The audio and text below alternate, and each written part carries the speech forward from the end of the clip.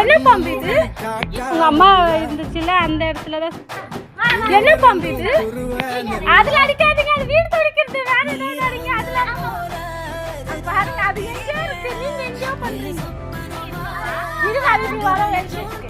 உங்க அம்மா இருந்துச்சுல அந்த இடத்துல தான் சுத்திட்டு இருக்கு பாம்பு. அது பாம்பு, அது விஷ பாம்பு. அது ஒரு மாதிரி இருந்துச்சு. பாருங்க கட்டுறதா என்ன பாம்பு இது? வீடியோ தான் பண்ணிட்டு இருக்கேன். என்ன பாம்பு என்னன்னு தெரியல. என்ன பாம்பு? விஷ பாம்பு.